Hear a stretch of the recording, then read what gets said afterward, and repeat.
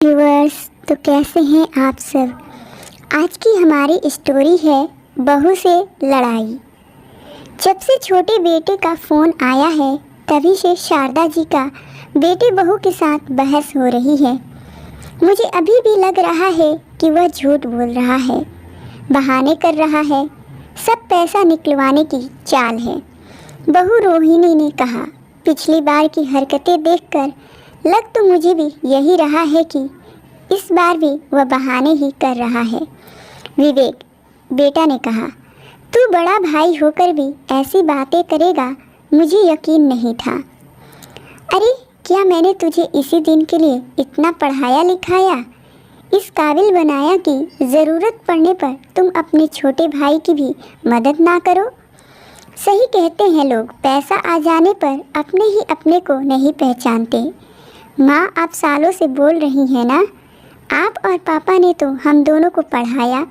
अगर उसने पढ़ाई पर ध्यान नहीं दिया, इसमें मेरी क्या गलती। वह आज ही नहीं, सालों से हम सबको बेवकूफ़ बना रहा है, फिर भी आप समझने को तैयार नहीं। पहले भी पढ़ने के बहाने पैसे लेकर दोस्तों के साथ सिनेमा देखना, घूमने जाना, पार्टी करना, बस यही सब करता रहा। आज भी वही कर रहा है। माँ, अब वह बहुत हद पार कर चुका है और फिर कब तक वह दूसरे पर निर्भर रहेगा। कभी ना कभी तो उसे अपनी जिम्मेदारी समझनी पड़ेगी। अरे तू कैसी बातें करता है, वो कोई दूसरा नहीं, तेरा अपना छोटा भाई है। ठीक है, अगर तुम नहीं दे रहे तो मैं कहीं और से इंतज़ाम करती हूँ। आप इंतज़ाम मत करिए, मैं देता हूँ पैसे। पैसे देने की बात सुन रोहिणी गुस्से में वहाँ से उठकर अपने कमरे में चली गई। रोहिणी की शादी को 10 साल होने को आ गए। पति मल्टीनेशनल कंपनी में अच्छे पोस्ट पर है। उसका देवर भी उसी शहर में कुछ किलोमीटर की दूरी पर रहता है। जब से उसकी शादी हुई है, कभी देवर को घर खर्च या माँ के इलाज में कोई मदद करते नहीं देखा। उल्टा हर महीने कुछ न कुछ पैसे बड़े भाई से मांग लेता, यह कहकर कि मेरी कमाई ज़्यादा नहीं है। शादी के कुछ महीनों बाद ही वह अलग रहने लगा, फिर भी जब तब किसी न किसी चीज़ के बहाने पैसे मांग ही लेता है। एक बार विवेक ने कह दिया, अपनी कमाई बढ़ाओ, मैं हमेशा तुम्हारी मदद नहीं कर सकता। मेरा अपना भी परिवार है और माँ का इलाज भी। तब से वह उधार कहकर पैसे लेता है, लेकिन आज तक कभी उस उधार को वापस नहीं किया। गुस्सा विवेक को भी आता, लेकिन यह सोचकर रह जाता कि छोटा भाई है तो बड़े भाई होने के नाते मदद करनी चाहिए। पर वो इसका कुछ ज़्यादा ही फ़ायदा उठाने लगा। अभी कुछ महीने पहले पत्नी बीमार थी, इलाज कराना है कहकर 25,000 मांग लिया। भाई ने दे भी दिया। बाद में बातों बातों में देवरानी के मुंह से निकल गया कि इलाज में तो सिर्फ 1,000 खर्च हुए, बाकी पैसे शॉपिंग में खर्च कर दिया। आज फिर पैसे के लिए फ़ोन किया था, बेटे के स्कूल की फ़ीस देनी है। विवेक देने में आनाकानी करने लगे, बस इसीलिए माँ नाराज़ है। वैसे भी जो बच्चे दूर रहे, माँ को उसी पर ज़्यादा प्यार आता है। विवेक के कमरे में आते ही रोहिणी ने पूछा, पैसे दे दिए? हाँ दे दिए। मन तो नहीं कर रहा था, लेकिन फ़ीस भरनी है और फिर मैं माँ को नाराज़ नहीं देख सकता, और वो है तो अपना छोटा भाई ही। फिर उधार लिया है, बोला है कुछ महीने में वापस कर दूंगा। आज तक नहीं किया, लेकिन हो सकता है अब कर दे। रोहिणी बिना कुछ बोले कमरे से बाहर निकल गई। करीब 2 दिन बाद शारदा जी बाहर वॉक करने निकली तो उनकी सहेली उनको मिल गई। अरे शारदा, उस दिन पार्टी में तुम नहीं गई, आखिर क्यों? कौन सी पार्टी? तुम किस पार्टी की बात कर रही हो? अरे अभी जो दिन पहले तुम्हारे छोटे बेटे के घर पर था, तुम्हारी छोटी बहू के जन्मदिन के उपलक्ष्य में। मेरा बेटा बहू उनके पड़ोसी है, तो वे दोनों भी गए थे पार्टी में।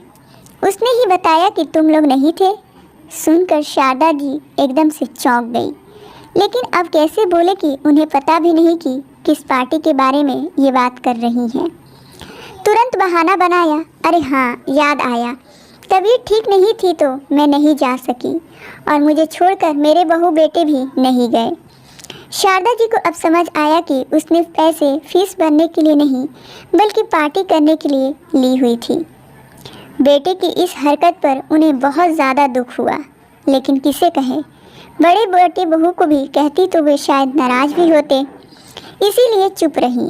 पर उनका उदास चेहरा देखकर विवेक बार बार पूछने लगा, क्या हुआ माँ, क्यों उदास हो? तब उनसे रहा नहीं गया और सारी बातें बता दी। सुनकर विवेक को बहुत गुस्सा आया। वो तुरंत फ़ोन करने लगा। तब रोहिणी ने मना कर दिया। कुछ दिनों बाद देवर ने फिर फ़ोन किया। रोहिणी ने 1-2 बार रिसीव नहीं किया, पर लगातार फ़ोन करते जा रहा था। तो उसने जैसे ही हेलो बोला, देवर हंस कर बोलने लगा। रोहिणी ने कहा, तब देवर जी पार्टी ठीक ठाक रही ना, पैसे कम तो नहीं पड़े?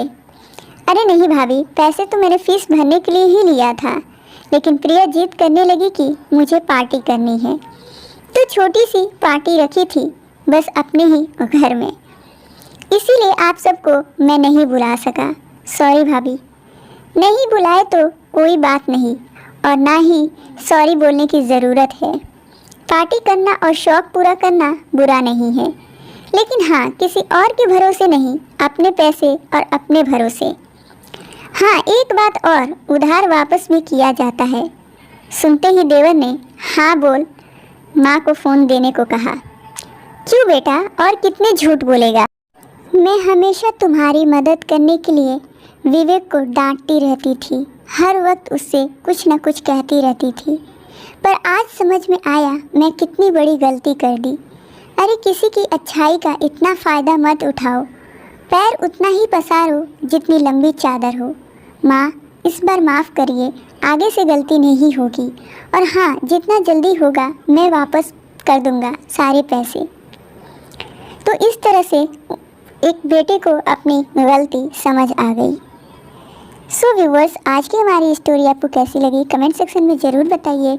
And thank you for watching my video. Please do like, share and subscribe to my YouTube channel.